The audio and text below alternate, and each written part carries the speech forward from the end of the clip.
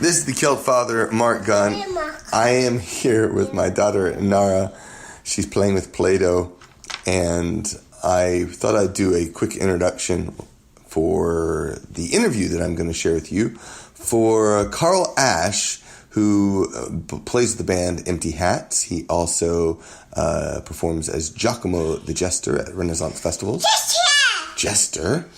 And he is one of the founding members of Ren Adventures, which is a tour business very similar to Celtic Invasion Vacations. I say very similar because a couple years back I sat down with Paolo Garbanzo, and together I shared him all of my tips on running a Celtic Invasion Vacation, and he took it and ran with it and did a brilliant job with it. So I thought it would be cool to share some of his stories and Carl's stories. Carl went bicycling across Italy, which is the theme of this episode, and he does similar trips like that, and I thought it'd be a great way to introduce Ren Adventures to you, share it if you want something different than what I'm doing, which is usually to one of the Celtic nations, but not always, because one of these days I'm going to get us back to Italy. In any case, before I get started, I want to let you know that my new CD, Irish Adventures on Higgins Moon, is currently being funded on Patreon. Throughout April, I'm trying to raise, I think, $1,200 to fund the album on Patreon. So I would really appreciate any support you are willing to give. Just a monthly pledge. If you pledge as little as $1 per month, you are not only a member of the Gunrunner Club, but you'll also get this album, the digital copy of the album, for free. And of course, there's a way to fund the physical CD as well while you're over there, so go check that out. Let's see, I would really appreciate it. I've been meaning to do some promotion for this, and of course we're already several days into April, and I haven't barely touched it because I've just been traveling and so swamped. Yes. ABCD. And before we get started, it sounds like I'm going to sing the ABC song. All right, you ready? A, B, C, D, E, F, G, H, I, J, K. Oh, twinkle, twinkle, little star, how I wonder what you are. Up above the world so high, like a diamond in the sky. Twinkle, twinkle, little star, how I wonder what you are. I'll share more thoughts about Sherwood Forest Fair in a later show. In the meantime, here's the episode with Carl Asch. Sláinte. This is Mark Gunn, the Celt Father, and I am here with Giacomo the Jester, a.k.a. Carl Asch. Carl Asch. I pronounce it right. Yeah, absolutely. And you're well. First off, you're like the consummate, like the Renaissance performer. I've seen Empty Hats. I know. I found y'all on mp3.com. Sure. Long time ago. Tell me just a little bit about you, your musical background, and before we get into talking about bicycling across Italy, which I think just sounds really awesome. Okay. Well, I started out, I studied classical guitar in New York City when I was 17 years old, and that was sort of my first foray into music. Then I learned how to juggle and do some magic, and I started traveling around the world as Giacomo the Jester, doing a show of magic and juggling and rope walking and stuff like that in different languages. I did it in Italian, I did it in German, I did it in Spanish. So you literally traveled the world? You weren't just doing Renfest? No, this was before I did Renfest. Wow, really? Okay. Yeah, my first professional job was 1982. Wow. At the World's Fair in Knoxville, Tennessee. Oh, wow. And so, and I did that for 6 months. And I did my Giacomo the Jester show every day, and I loved it. And then how did you create your Jester show? I'm sorry to. No, that's all right. How did I create it? I had this idea that street performing was going to be my life. I needed a way that I could travel the globe and make money as I did it, because I never studied theater. And then I read a book by Hermann Hesse called Narcissus and Goldmund, which was about a medieval traveler. And I read this book, and I left the next day. I mean, I literally read the book, and I was like, I'm out of here. And then I learned how to juggle, learned how to do some magic, and then I sort of put it all together. Well, now, to go back like another seven years or so, when I was 15, I was with my parents in New York City, in Little Italy, and we saw this street performer who was on the street in the middle of hundreds of people doing Shakespearean sonnets. Now, I was 15. I didn't understand a word of what he said. Right. And I was entranced by this man.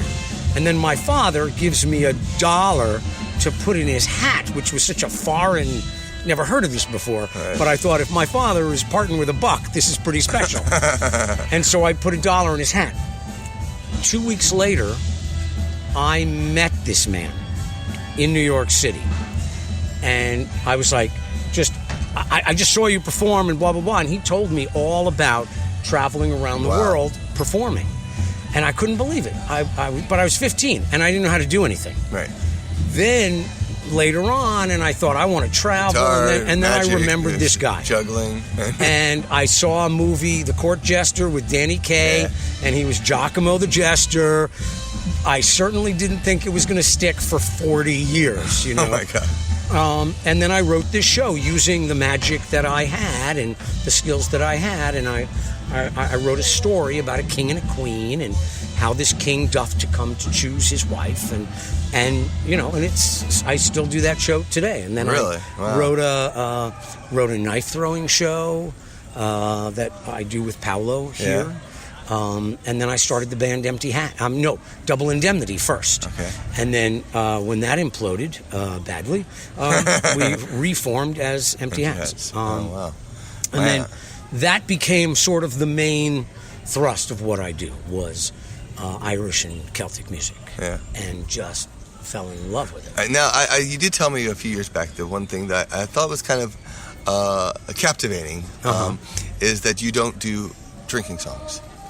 We don't do a lot of them. I mean, we'll do a couple, but we don't play at pubs. Right. Is that, okay, that's what it is. We don't play at pubs. We do a couple of drinks. So I even wrote, unbeknownst, really, I didn't set out to do this way, but I sort of wrote a drinking song that I'm really proud of. Right. But I'm like, you know. Which I'm going to put at the end of the show, because I love that song. Yeah. If that's okay with you. So,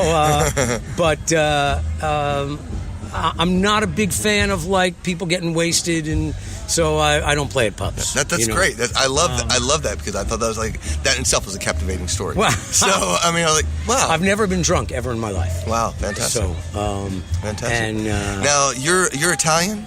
No, I'm Jewish. You're Jewish, okay. I am. But you have a love of Italy, right? I do. Even as a kid, I always thought I was an Italian trapped in a Jew's body. Awesome. So I've had this love affair with Italian. What got you started? I don't know. I mean, I performed with this Italian troupe in New York City for a number of years as a jester. They were called I Giullari di Piazza, and so I, did that, and then I performed. No, this was more. Well, maybe I performed in Italy. My first trip, I was 19, and I knew this was before I was Giacomo, and I knew how to do just a couple of tricks and blah blah blah. And I went with my cousin to Italy for the first time and performed in Milan and got arrested. Why did you get arrested for? I got arrested for performing. For performing, okay. Because we were in a place, it was a time in Italy's history where they didn't want crowds to develop. They had just had some real terrorism. Yeah. And so I had drawn a crowd. I remember some of that. And I got arrested. Me and my cousin, we both got arrested. We were singing and doing magic tricks and whatever. But I also met this beautiful Italian woman. This was before we got arrested. And thus we fall in love with Italy. Right. Okay. Well, yeah, because what happened was, so we're singing songs, and this woman comes forward, puts $1 in my hat, gives me the loveliest smile, and walks off. And I turned to my cousin and I said, I gotta go. And I didn't see him for 3 days. And then we had this sort of 3-day cinematic romance. It was just phenomenal. She and a friend of hers taught me how to sing my first Italian song. Nice. And then I taught them how to sing an Italian song, which was Mr. Bojangles. And which in Italian sounded like, I knew a man of Bojangles, he'd a dancer for you. In a worn out the shoe. It was hysterical teaching them the song. Yeah. And so then 5 years ago, I was telling this story to a friend of mine about learning my first Italian song. And I thought, I wonder if she's on Facebook. Oh, really? And so I La went on and said Valerio Loconte and like blah blah blah, and and so I found this woman, and I couldn't recognize her because she had big huge sunglasses, and I said, I met this woman many years ago, and if you are she, I'd like to be in touch. And I get a response a couple of days later, and all it says is, I knew a man Bojangles and he danced for you. And this is 35 years later. Wow. And so we've Facebook. been in touch. Well, there are advantages to it. Yeah, it was awesome. And then I've seen her a couple of times. She's married, she has kids, and so but it was just so beautiful. And I saw her a couple of years ago in Milan, and we got to hang out, and we all went for dinner and stuff like that. Oh, very cool. Yeah, it was really great. That sounds awesome. Really fun. Now, I'm going to do a little selfish thing because as you're talking about this, you created this show. What makes a great show? I mean, whether it's Empty Hats or Giacomo, what makes a great show and a compelling show that brings in the masses, you gather all these people? Well, when I first started performing at Renaissance festivals as Giacomo, I vowed I was never going to play music at festivals because no one paid attention to it. And then when I discovered this band Silly Wizard. Yeah. Somebody gave me a tape of Silly Wizards, and I just, we became Double Indemnity. Really was a sort of a Silly Wizard cover band. Yeah. I mean, I just was in love with Andy M. Stewart's music and stuff. And I started employing variety show techniques to playing music. Explain. As you know, performing is all about connection. Right. And so the technique is relatively irrelevant. So if you can connect with your audience, if you can tell a story, because even as a musician, I'm a storyteller more than anything else. So it's about communicating a story, telling a story, and getting them to feel something. If I can... I remember once I was working with a singer, and she was singing a sad song. And one day she came to me and she said, sometimes I don't feel sad when I'm singing the song, and I feel like I'm not. And I said, it's not your job to feel sad. It's your job to make them feel sad. And what are the techniques used to do that? And so, but nobody really teaches you that to a musician. Right. You learn that as a theater person. Right. And knowing, I have to communicate this trick. I have to manipulate them to get this laugh and if you employ those techniques as a musician, you will get that same response. But it's all about connection. Because it seems like, from what I've heard, I have never seen Empty Hats, but it seems like y'all have mastered that really well. I mean, it sounds like you have really good audiences that show up at your shows. And we do. We're very, very lucky. We're very, very blessed. I work with a woman, Linda Cavey, who plays Looney Lucy, who's a genius. She is a genius. And we feed off one another so well, almost like a Burns and Allen and Abbott and Costello. We are just really good foils together, and we love the audience. If you don't love your audience, it's not going to work. And so, and if I didn't love my audience, I'd do something else. When I was a little kid, if I would go to the movies and I didn't like the movie, I'd go up to the front row and I would turn around and just watch the audience, because audiences fascinate me. To me, the idea of taking 200 individuals or 300 individuals and making them one audience, that's the magic. Yeah. And interesting. And everything else is subservient to that ideal, is to take 200 people and make them one audience. Getting 200 people to laugh at once, to applaud with equal vigor, that's the connection. That's your job. Do you tell, outside of the individual songs, do you tell stories? Do you make your show into a story? No, not musically. Okay. I mean, we tell the songs or stories behind the songs, and we don't tell stories that much. The introductions are short. Yeah. To me, introductions are teasers. Yeah. They let the audience know that this is something that they should attend to. Okay. I don't want to give them too much, because then they'll know what it's about. And right. All right, Now, I'm very lucky. People like my voice, so I'm really lucky with that, and I tell a story. Yeah.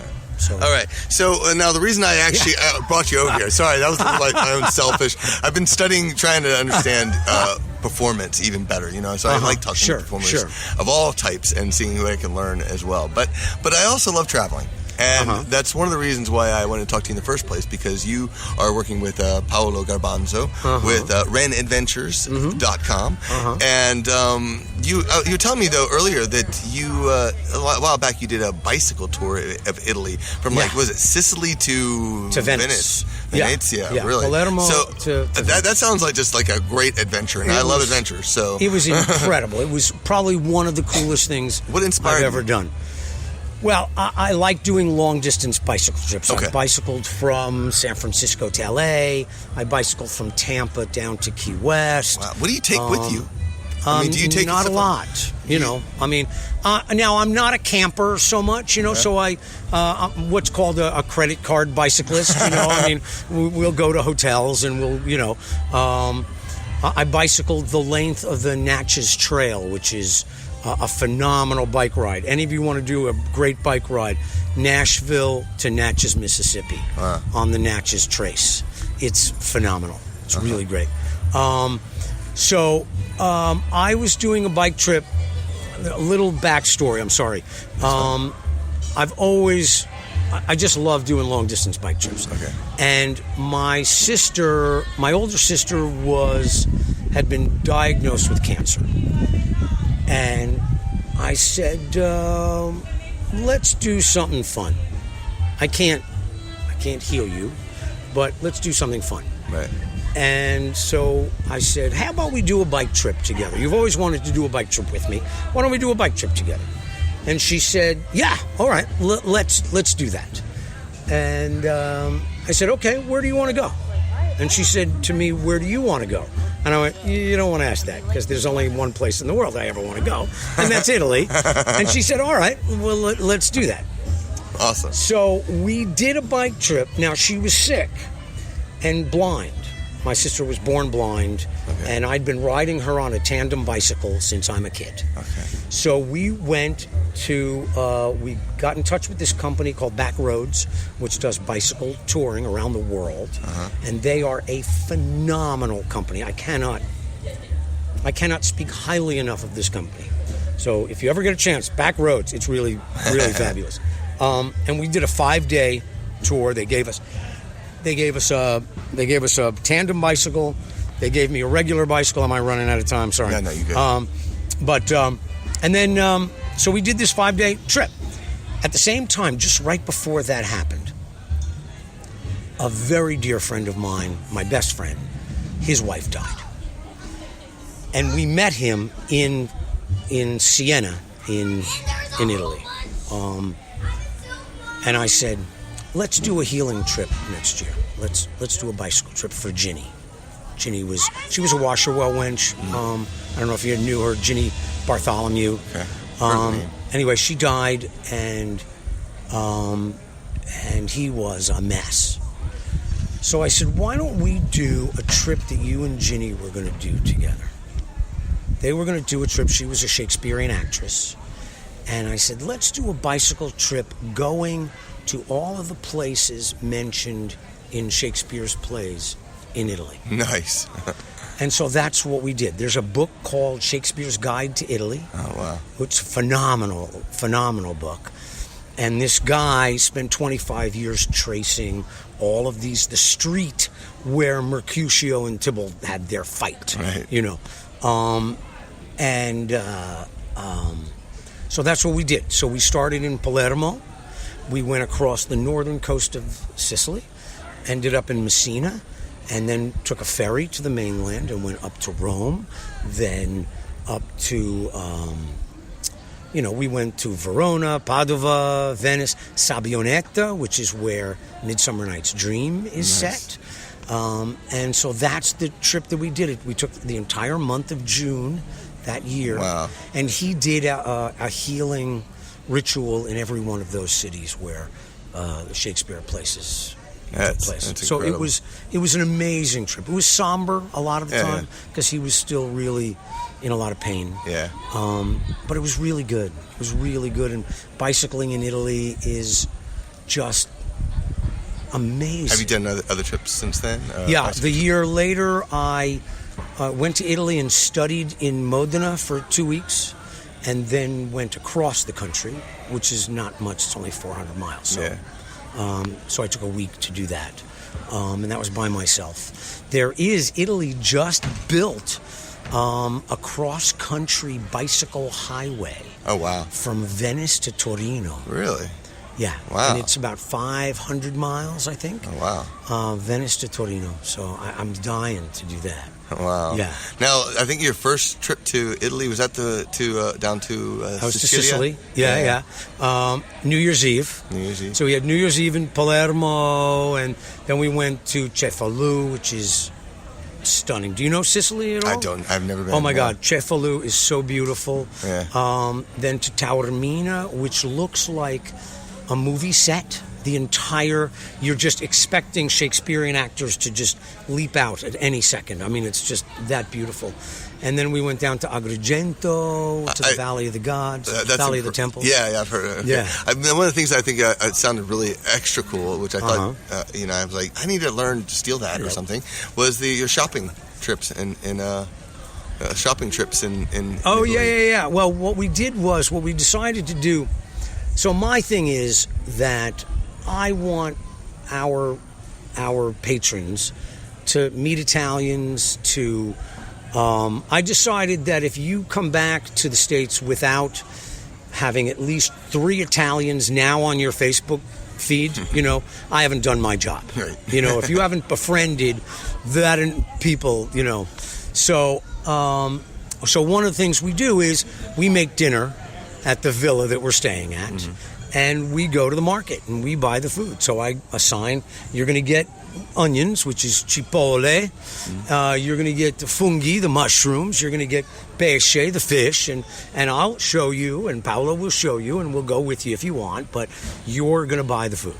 And they go, and they're a little nervous, and they point a lot, but they really liked it. It was a really nice experience for them to go in. I think that's a nice, very personal, and they learn a little Italian in the process. Learn a little Italian, which is such a cool little thing. And it's so funny because people will come home, and when they learn things like biscotti is plural.